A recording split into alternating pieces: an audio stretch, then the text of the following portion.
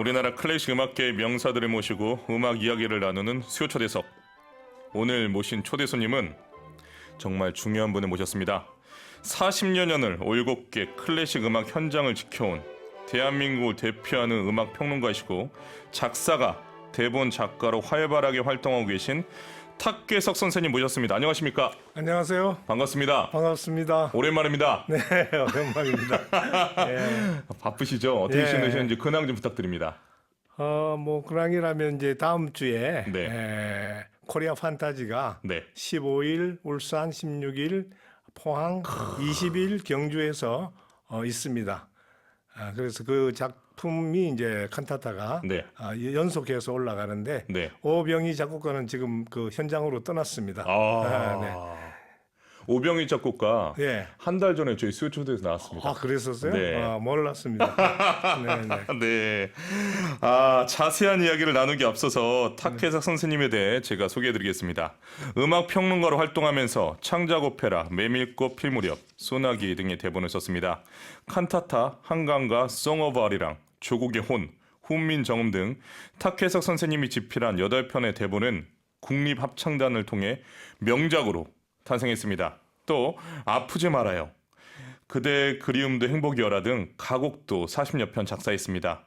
대한민국 한류문화대상, 아시아 문예대상을 수상했고 합창서사시, 훈민정음이 소비자 평가 대상을 받았습니다. 저도 2번 공연 때 모두 참석을 했는데요. 정말 대단한 작품입니다. 오늘은 음악평론가 탁계성과 함께 음악과 인생 이야기를 나누겠습니다. 방송 들으면서 질문이나 방송 소감 그리고 응원 문자 많이 보내주세요. 문자 번호는 샵1045, 짧은 문자 50원, 긴 문자는 100원의 정보 용료가 부과됩니다. EBS 라디오 어플 반디로는 무료 문자 보내실 수 있습니다.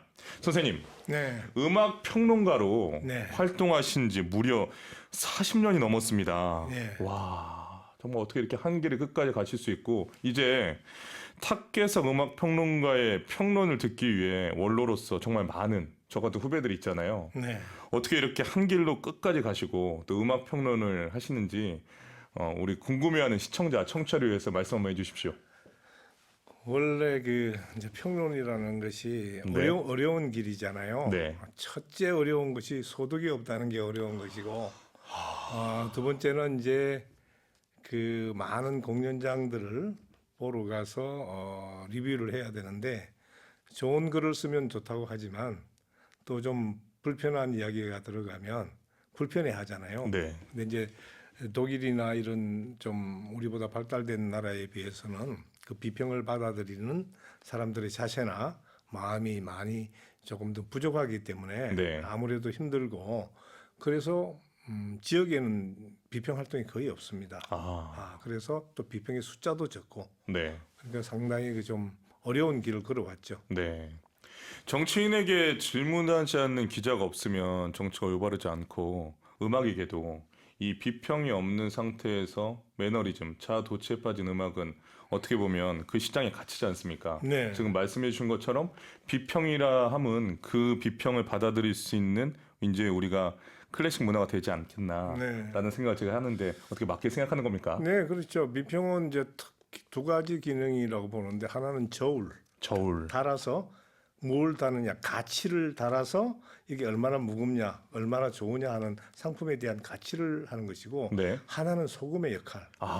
이게 잘못 그렇게 되면 썩는다, 죽는다, 예. 잘못 간다 예. 하는 그 표지판 역할을 하는데, 예. 크게 나누어서 저울의 역할, 제대로 정량을 달아내는, 가치를 달아내는, 하나는 그것에 대한 잘못이나 방향성에 대한 지적, 이것이 비평입니다. 저울을 통해서 밸런스, 균형을 말씀해 주셨고 소금을 통해서 썩지 않는 살아있는 역할에 대해서 말씀해 주셨습니다. 너무 행복합니다. 오늘 인터뷰가 정말 귀할 거라는 생각이 무지무지 듭니다. 여기서 음악 한 곡 듣겠습니다. 직접 작사하신 탁계석 작사, 한정 작곡, 그리움도 행복이여라, 바리톤 송기창이 노래합니다. 탁계석 작사, 한지영 작곡, 그리움도 행복이여라, 바리톤 송기창의 목소리로 감상하셨습니다. 박지혜님, 우와, 유명한 작품을 쓰신 탁혜석 선생님 반갑습니다라고 보내주셨습니다. 김영중님, 곡이 가슴에 와닿는 느낌입니다라고 보내주셨습니다.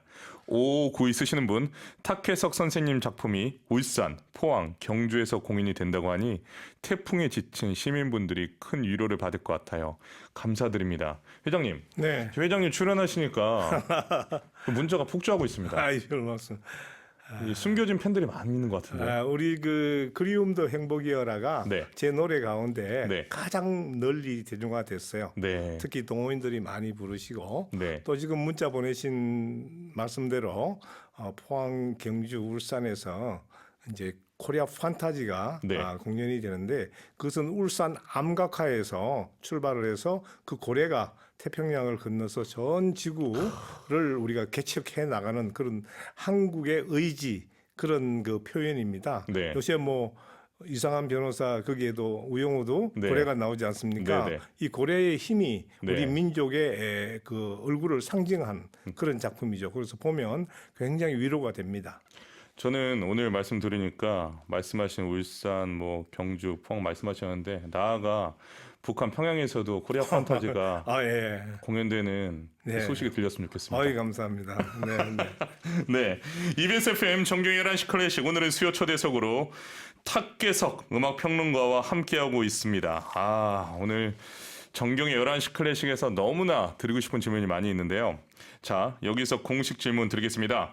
탁계석에게 음악평론가, 작사가, 대본 작가로 글을 쓴다는 것은 어떤 의미입니까? 글쓰기는 모든 분야에서 열심히 살아가는 사람들이 그러하듯이 운동하는 사람은 매일 운동을 해야 되지 않습니까? 그 비즈니스 하는 사람 매일 머리에 비즈니스를 생각하듯이 작곡하는 사람은 매일 눈을 뜨면 작곡을 해야 된다. 그래서 저는 글 쓰는 것이 그냥 밥 먹듯이 습관화되어 있어서 눈만 뜨면 글을 씁니다. 눈만 뜨면 5시 되면 이렇게 컴퓨터에 앉으면 글이 그냥 나오게 되고 네. 어떤 주제라도 쓸 수 있어야 되고 어떤 소재를 가지고도 만들 수 있어야 된다. 그런 평소 생각을 갖고 있기 때문에 네. 제목만 딱 정하면 바로 글을 씁니다. 그리고 막 써서 한 2번 이렇게 보면 정리가 되는데 제가 30년 전에 저희 그 원로 평론가 선배님이 네. 원고지에다가 글을 바로 쓰시는 거예요. 원고지에다가 예, 원고지에 우리가 보통 보면 끌적거려서 막 써놓고 정리를 하지 않고 지우고 이러잖아요. 예, 예. 원고지에서 바로 원샷으로 쓰는 거예요. 어. 그래서 그때 너무 충격을 받아서 어떻게 원고지에 바로 글을 쓰지? 그리고 그게 바로 원고로 넘어가는 거예요. 근데 제가 이제 한 30년, 40년이 되니까 네. 그 수준에 왔어요. 이야. 그래서 쓰면 글이 그냥 나오고 예. 이제 잠깐 이렇게 이제 한두 번 들여다보면 정리가 되는 겁니다. 영화 라라랜드 오프닝 보면 원테이크로 오프닝이 네. 그 탁 도로에서 있었을 때 우리 보는 사람 입장에서는 이걸 도대체 원테이크로 어떻게 찍지라고 하는데 글도 마찬가지군요. 네. 원테이크로 이제 네. 쫙 그렇게 쓰셔서. 이제 30년 글을 썼고 네. 그 다음에 이제 이 작품을 만들기 시작한 거는 10년 전입니다. 네. 그것도 아주 우연하게 네. 그 바리톤 임성규라고 아세요? 그럼요. 임성규 선생이 그 이수신 탄신 몇 주년에 네. KBS 열린 음악회 나간다고 예. 그 임준희 작곡가에게 작곡가님에게 뭘 곡을 하나 부탁을 했나 봐요. 네. 근데 임준희 작곡가님 저한테 전화가 왔어요. 애국적인 노래를 하나 만들었으면 좋겠다. 네. 그래서 나온 것이 독도의 노래입니다. 독도의 노래. 예, 아주 짧은 2분 50초짜리 그린 노래인데 그 노래가 뭐 해군, 육군, 공군의 또 교훈 교재로 쓰였는데 그게 제가 처음 쓴 가사예요. 데뷔작이군요. 예, 데뷔작인데 바로 히트가 돼가지고 그 뒤로부터 이제 그것도 운명적으로 자꾸 곡을 쓰게 됐죠. 독도의 노래부터 지금 오늘 저희가 들은 그 이제 대중화에 성공하셨다고 말씀하신 그리움도 행복이어라. 네. 여기까지. 그 뒤로 이제 계속 쓰면서 네. 또 정덕기 작곡가라는 분이 계신데 은퇴하셨죠. 중앙대 작곡가님. 예, 그분이 또 엘리베이터에서 뭐 이런 이상한 곡을 쓰셨더라고요. 그래서 거기서 영감을 받아가지고 제가 그러면 이런 것도 할 수 있느냐 와인과 매나 그 다음에 김치, 네. 된장. 된장. 이런 곡을 했더니 그걸 아주 잘 써해가지고 정덕기 작곡가님이 대표작이 됐어요. 아, 그러시구나. 네. 아, 행복합니다. 어린 시절은 어떻게 보내셨는지 궁금합니다. 음악과 가까이 지내셨나요? 아니요, 저는 어릴 때는 음악하고 가깝지 않았고요. 네. 저 바로 집 근처에 산이 있고 네. 저수지가 있어가지고 매일 산에서 놀았어요. 산에서 뭐 이렇게 도토리도 따고 네. 밤도 따고 그 산을 많이 다녔죠. 고향이 어디십니까? 부산이죠. 아, 부산이시구나. 네. 아, 알겠습니다. 여기서 음악 한 곡 더 듣겠습니다. 추천해 주셨습니다. 그 훈민정음 중에서 한 곡을 추천해 주셔서 듣도록 하겠습니다. 탁께서 극본, 아까 언급하신 오병희 작곡, 칸타타 훈민정음 3부, 한글을 소리꾼 이봉근과 윤희중이 지휘하는 코리아급 오케스트라와 국립합창단의 연주로 보내드립니다. 브라비시모! 아, 저는 이 현장에 있었던 사람인데 오늘 제 방송을 통해서 다시 들으니 감동이 수십 배 되는 것 같습니다. 그 서양 칸타타, 네. 바하 칸타타에서 느낄 수 없는 모국어 칸타타의 힘이 뭔가 아시겠죠? 아, DNA가 꿈틀거립니다. 네. 아, 감사합니다. 지금 문자가 너무 많이 와서 일일이 다 소개를 못 해드리면 안타까울 정도입니다. 자, 탁정아님, 탁혜석 선생님, 훈민정음뿐만 아니라 대한민국을 세상에 알리는 훌륭한 일을 하고 계시는 모습 멋지고 존경스럽습니다라고 보내주셨습니다. 홍선주님, 듣고 있으니 눈앞에 생생히 그려지는 게 너무 좋네요라고 보내주셨습니다. 9493님, 탁혜석 평론가님, 비평에 대한 정의를 듣고 완전 반했습니다. 저울과 같은 역할, 깨어있게 하는 소금 역할 배웠습니다. 가곡과 칸타타 모두 다 너무 좋습니다. 1109 쓰시는 분, 주옥 같은 가곡 가사나 대본을 창작하고 계신데 젊은 시절에 시인이나 문학도를 꿈꾸신 적도 있으세요? 라고 보내주셨습니다. 이건 대답을 좀 해주셔야 될 것 같은데요? 시도 좀 읽었고요. 네. 막연하게 서정주 시인 같은 분이 아주 멋지게 느껴졌습니다. 네. 그러나 제가 뭐 본격적으로 문학을 하겠다, 시인이 되겠다 이런 생각은 하지 않았습니다. 알겠습니다. 김고수님, 일본인들에게 한국어를 가르치는데 훈민정음 노래 가르쳐 줘야겠습니다라고 일본에서 문자를 보내셨어요. 아, 그래요? 이게 회장님 지금 저희 반디나 유튜브로 전 세계에서 보고 있습니다. 네, 지금 그 세종 학당이 네. 아주 기하급수적으로 늘어나고 있지 않습니까? 네. 지난달에는 교육부에서 네. 전 세계 한글 관계 시험 치는 사람 교사 또 행정가 교수들 해서 한 200명이 넘는 분들을 네. 모두 초대해서 네. 워크숍을 했다고 그럽니다. 일주일간. 그렇듯이 이런 한글 또 인도에서는 제1교과로 들어갔고요. 네. 그래서 이 한글을 타고 훈민정음이 아마 전 세계로 흘러갈 것 같습니다.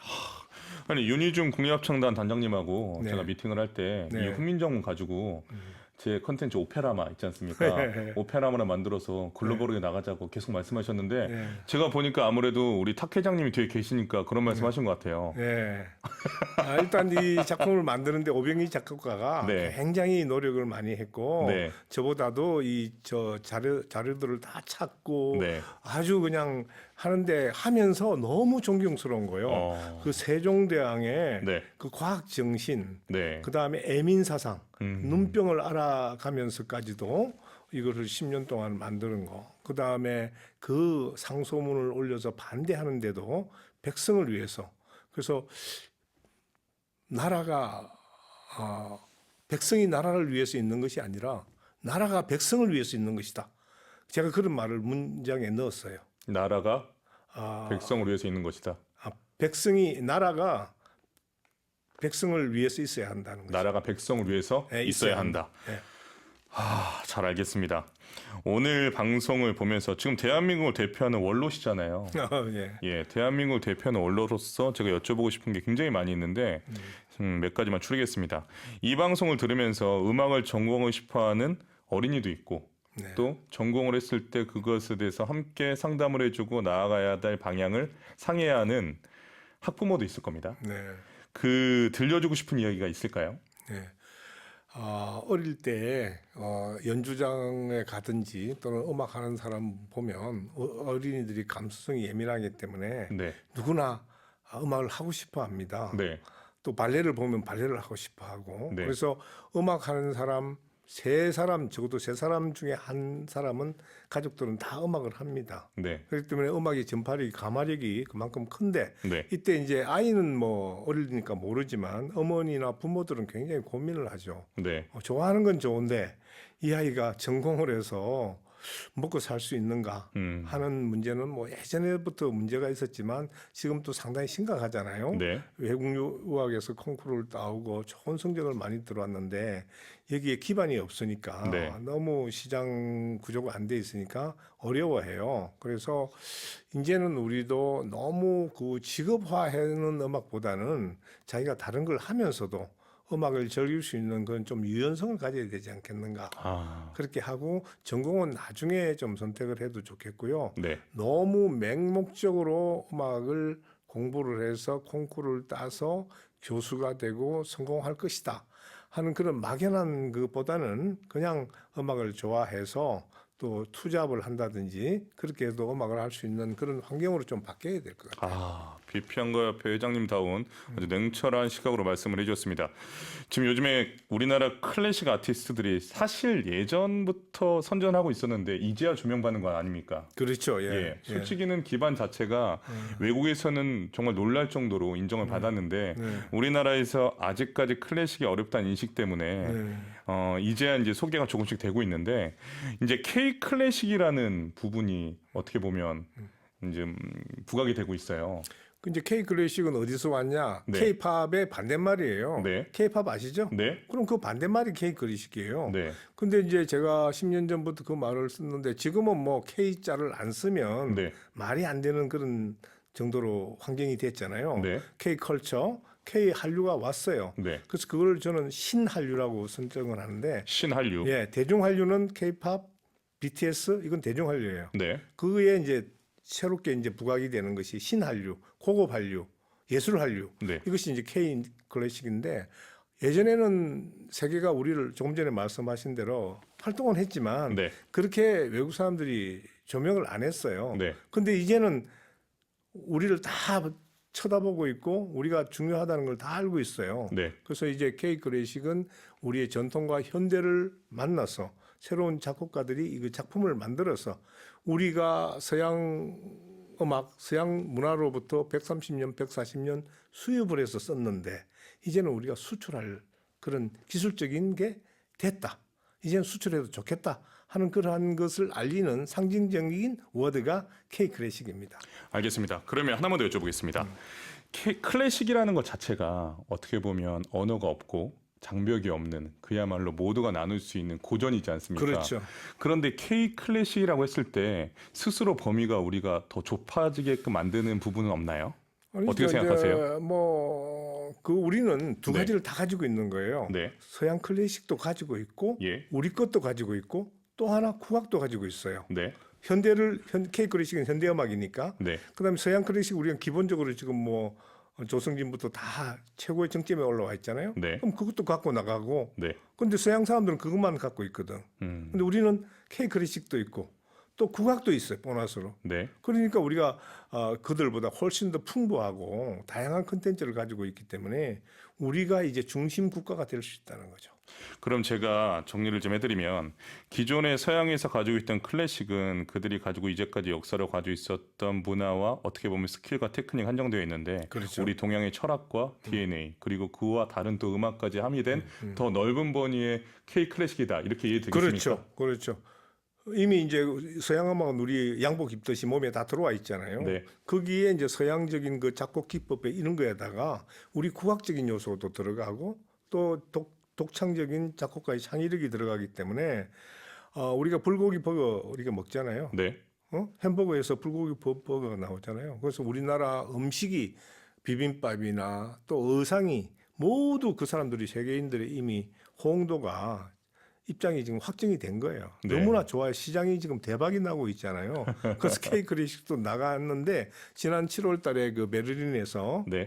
우리 임준희 작곡가의 대금 협주곡 이것도 해보니까 굉장히 반응이 좋아요. 아, 그것도 10월 달에 나가고 네, 또 경기도 오케스트라 국악관현악도 나가고 또 10월 달에 지금 그 우리 종묘 제략 그것이 독일 4개 지역에서 공연이 된다고 그래요. 오늘 아침에 카톡이 왔는데 자랑스럽습니다. 예, 그래서 이제는 우리가 옛날에 뭐 이태리 가고 독일 가고 프랑스 같은 그런 유학을 쫓아갔던 시대에서 거꾸로 그 사람들이 지금 배우러 오고 우리 한국에 우리말 모국어를 합창을 가지고 도르트문트 청소년 합창단도 오고 그제 또 밀레니엄 합창단도 왔다 갔지 네. 않습니까? 그다음에 윤희중 감독의 그 미국 네. 솔리스트 앙상블도 왔잖아요. 네. 근데 그 청중들 너무너무 좋아하는 거야. 이제 아웃바운드가 아니라 인바운드의 그렇죠. 세상이 네, 온 네. 거죠. 네. 아, 너무 행복합니다. 인터뷰 내내 아주 너무 명쾌하게 말씀해 주셔서 속이 다 뻥 뚫리는 기분입니다. 시간이 다 돼서 아쉬운데요. 마지막 질문하겠습니다. 탁계석의 꿈은 무엇입니까? 제 꿈은 지구를 갖는 거죠. 지구를 갖는 것. 네. 어떤 의미입니까? 전 세계 오케스트라에 네. 우리 작품을 다 얹히는 거예요.